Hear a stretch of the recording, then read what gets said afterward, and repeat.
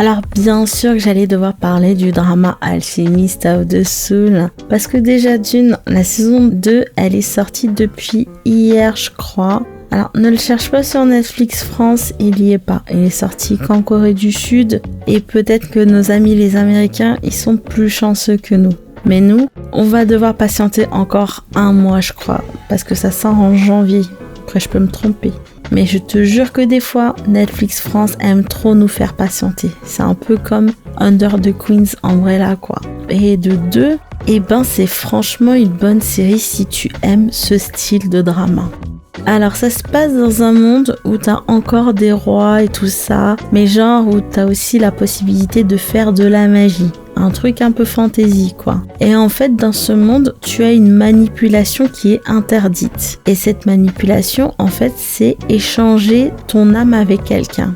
Et là en fait ce qui se passe au début du drama, tu as un roi qui va demander à l'un de ses fidèles sujets qui s'appelle Jang Gang de faire l'échange avec lui. Parce qu'en fait, le roi, il va bientôt mourir. Et il lui dit, est-ce qu'il n'y a pas moyen que tu me fasses ce petit service parce que je veux profiter un petit peu, quoi. Et Jang Gang, il dit, je suis vraiment pas chaud, mais comme t'es mon roi, vas-y, ok. Là, ils échangent leurs âmes, et ce bâtard de roi, celui qui a pris le corps de Jang Gang, il va aller se taper la femme de Jang Gang. Et la pauvre, elle croit qu'elle couche avec son mari, alors qu'en fait, elle couche avec l'âme du roi qui est dans le corps de son mari. Ouais, c'est un délire, c'est un peu compliqué, je comprends. Jang Gang, il récupère son corps, mais il a un peu le seum. Parce qu'il est le seul à connaître la vérité, il peut pas vraiment en parler à l'extérieur, si tu vois ce que je veux dire. Et ce qu'il faut savoir, c'est que sa femme, après ça, elle tombe enceinte. Et elle meurt en mettant au monde le bébé, qui s'appelle Jungkook. Et Jang Gang,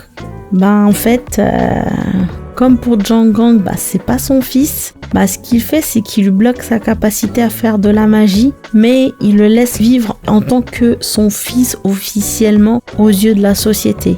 Et lui, il part en mode vagabond, un peu comme Kenshin. Le fils, Jungkook, il grandit. Et le pauvre, il ne veut qu'une seule chose, c'est de se prouver, c'est de devenir un alchimiste, mais il n'y arrive pas. Et en fait, tout va changer quand il fait la rencontre avec Naxu. Naxu, c'est une tueuse redoutable. Et ce qu'il faut savoir, c'est que Naxu, en fait, elle s'était fait griller par les alchimistes et en voulant s'échapper, elle échange son âme avec le corps d'une pauvre aveugle qui s'appelle Mudogi, Mudog.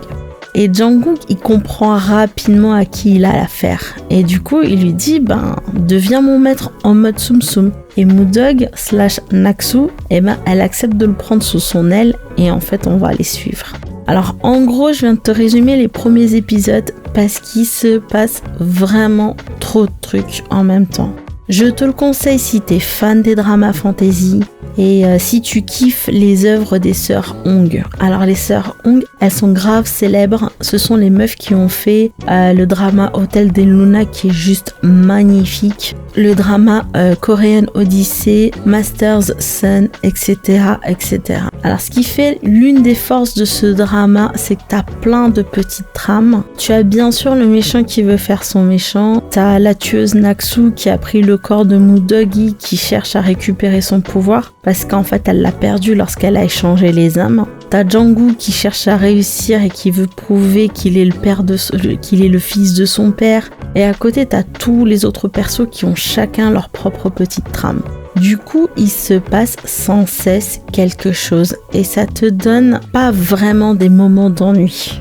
Et en plus, le drama, il a ce chic pour alterner les moments comiques avec les moments sérieux. Déjà, rien que la relation Mudog et Jungkook, c'est trop débat. Ils sont trop mignons tous les deux, ils sont trop marrants. Et je veux même pas commencer avec le prince et Jungkook parce que ces deux-là, franchement, ils sont trop marrants quand ils sont ensemble. Alors comme t'as pu le deviner, les personnages ils sont grave attachants. Surtout les potes de Jungkook et le prince, ils sont vraiment trop adorables. Et j'ai vraiment adoré comment ils ont pris sous leur aile le personnage de Mudogi, vu que c'est une servante. Alors moi perso, j'ai eu un peu de mal avec le personnage de Park Jin, qui est un peu le maître des alchimistes, si tu veux. Parce que je sais qu'il veut bien faire, mais je trouve qu'il fait vraiment n'importe quoi. Et aussi un peu les méchants, parce que niveau interprétation, on est dans le plus que correct. On va pas se leurrer, parce que si leur jeu d'acteur c'était de la merde, ben le niveau du drama ne serait pas aussi bon. Mais bon, entre la reine qui a une de ses expressions, genre elle est en train de sentir une bouse de vache H24, et le maître méchant qui fait son maximum pour ne pas cligner des yeux, j'avoue mon intention elle est vraiment pas à 100% quand il y a des scènes avec eux. Et à chaque fois je suis plutôt en mode ouais bon ben ok, dépêchez-vous quoi, je veux la suite. Alors, et ça c'est vraiment l'une de mes raisons personnelles, j'ai surtout regardé le drama en premier lieu pour booster l'acteur Lee Jae-wook. Je suis grave contente de le voir réussir dans ses rôles et d'être passé du personnage qu'on a tous oublié dans Memories of Alhambra à ce drama qui a remporté un vif succès. Je trouve que ses choix en tant qu'acteur sont grave intéressants et franchement, il m'a pas déçu sur ce coup. Les effets spéciaux, alors j'ai vu certaines critiques qui disaient que c'était pas ouf, mais moi j'ai trouvé ça assez bien fait en soi et je trouve que les effets visuels étaient vraiment beaux. Alors, je te conseille surtout de regarder parce que la saison 2 va sortir là bientôt. Si tu l'as pas encore fait, c'est le moment parfait pour pouvoir te mettre à jour quoi. Puis sans vouloir te survendre le truc, disons qu'il y a vraiment pas mal d'enjeux et que ça va bouger de ouf dans la prochaine saison. Donc n'hésite pas à regarder et puis on va tous regarder ensemble la saison 2 le mois prochain quoi. Allez, je te dis à dimanche prochain avec une critique sur un film tamoul cette fois. Ciao, bon dimanche.